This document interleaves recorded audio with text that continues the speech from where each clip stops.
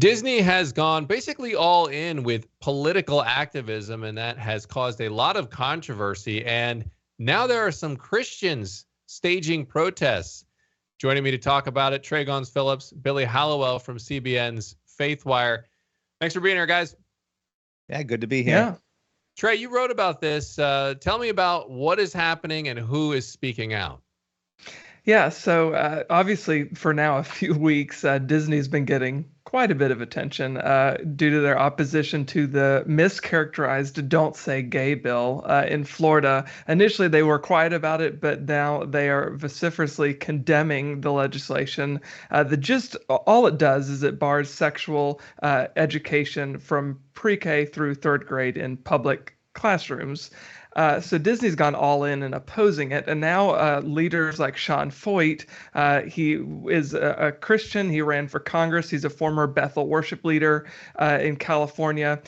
So he led a protest yesterday at the Disney headquarters in Burbank. Hundreds of Christians and conservatives came together to raise their voices, saying that it's parents' job, not Disney's job, to educate them on sexuality. And obviously they're condemning Disney for becoming political when really they should just stick to wholesome entertainment.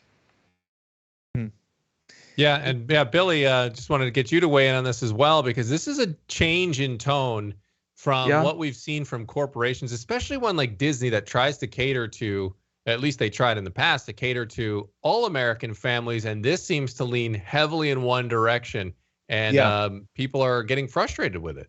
Well, it's a direct connection and result of cancel culture. You know, the fear that comes when individuals are canceled, companies now have that fear. And so I think what you're watching happen, there's sort of two things going on. Disney for years, I mean, this is not a new issue, has been accused of doing certain things or moving in a certain direction that's seen as more progressive. They started recognizing and realizing that when they started releasing content, inserting same-sex characters, doing some of the things, testing the waters to see how people would react. So the truth started to sort of come out about how some people feel within Disney. You take that, you know, these emotions that are already there, these feelings that are already there, even though they're trying to serve everybody, and you throw in that cancel culture piece where now the company, I mean, remember what Trey just said. Initially, the CEO isn't really doing anything. They're saying, we don't want to take a position. We don't want to get involved. The fact that a company would go from that position to not only are we involved, we now want to try to dismantle this law. And I mean, they've inserted themselves in something that really they had no business inserting themselves in from a business perspective, because this is not going to help them. I just want to point this out. The majority of likely Democratic primary voters in Florida agree with this bill. They agree with this law. So even Democrats are agreeing, but I think it's that fear of cancellation. This vocal minority is going to go after them. It was already happening when they wouldn't take a position. So they were sort of bullied into a position that a lot of their leaders already have anyway, right? A public position.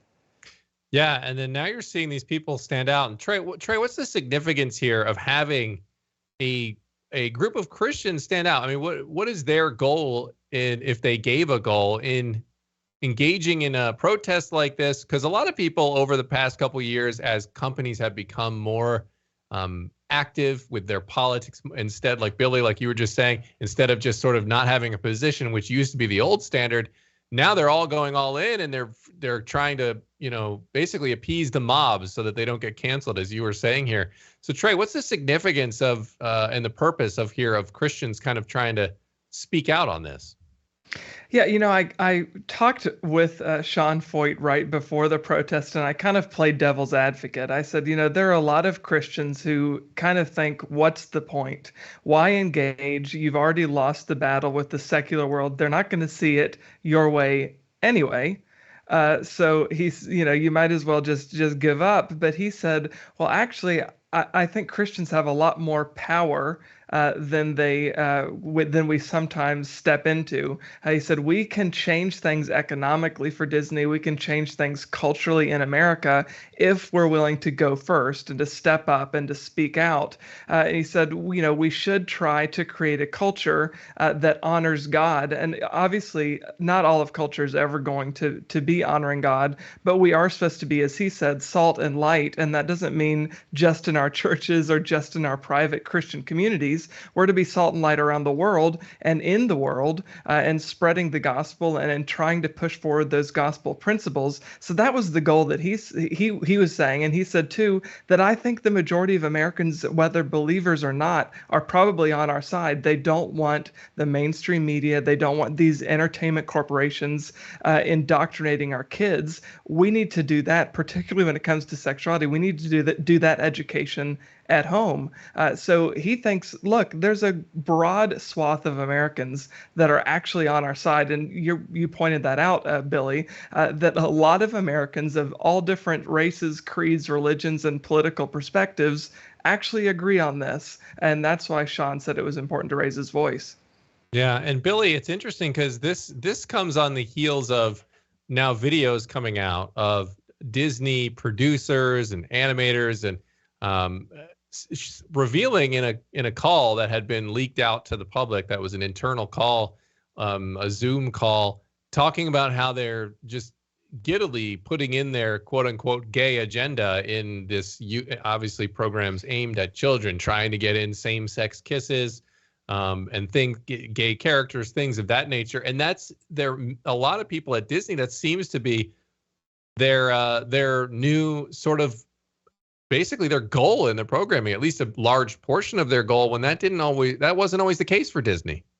Yeah, and I think, to Sean's point, everything you're describing right now, this is the reality. This is the reality in the world. We know that as Christians, this is what it's going to be. But I think a lot of us, we have been on the defense. When we were on the offense, we had the cultural upper hand and we didn't always handle it well, right? Now we're all sort of waking up in the middle of nowhere, shocked that this is where we are, that this is what has happened, and nobody knows what to do. And everybody is in defense mode or protective mode. And what Sean is doing is going out and saying, no, we should make our voices heard. And so there are a lot of questions around that. But to me, in light of what you just said, we need to start calling this out and going on the offense and doing it in a way that balances truth and love. I mean, look at New York City. New York City is buying billboards, digital billboards in Florida, mocking Florida, right? Telling people, come and move to New York City, right? Because you can be who you are and you can say what you feel in New York City.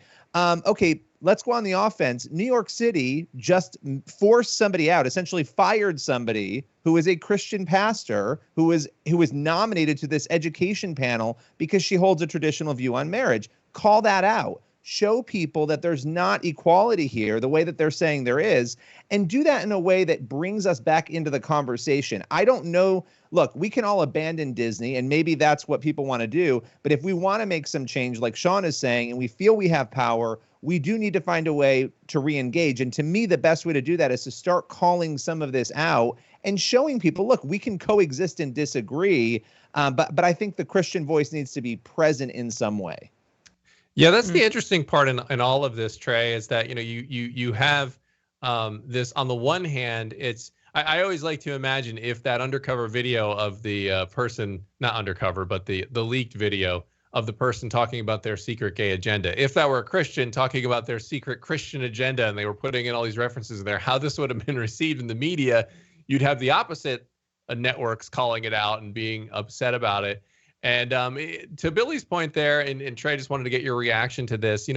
Where can we go as a country to where, hey, look, we have different views radically in some cases. If you really want diversity and inclusion, let's include all of it, right? Like, that doesn't mean you have to approve of all of it. That doesn't mean you have to accept all of it. But let's just understand that America's made up of people who believe in diverse things. And so should we be allowed to express those things or not? Yeah, and that was actually what I was just going to say. Another reason why it's important for people like Sean Feucht and others who were gathered at that rally in the Burbank Disney headquarters yesterday. Another reason that's so important is because, as he said, there are a lot of Christians, a lot of Bible-believing Christians who work in Disney, who go to Disney, who have worked in the past for Disney. He said we need to let them know that they're not alone. Even a Disney employee, a current Disneyland employee, employee. She spoke at the rally, and that was something that she said: stand up for what you believe.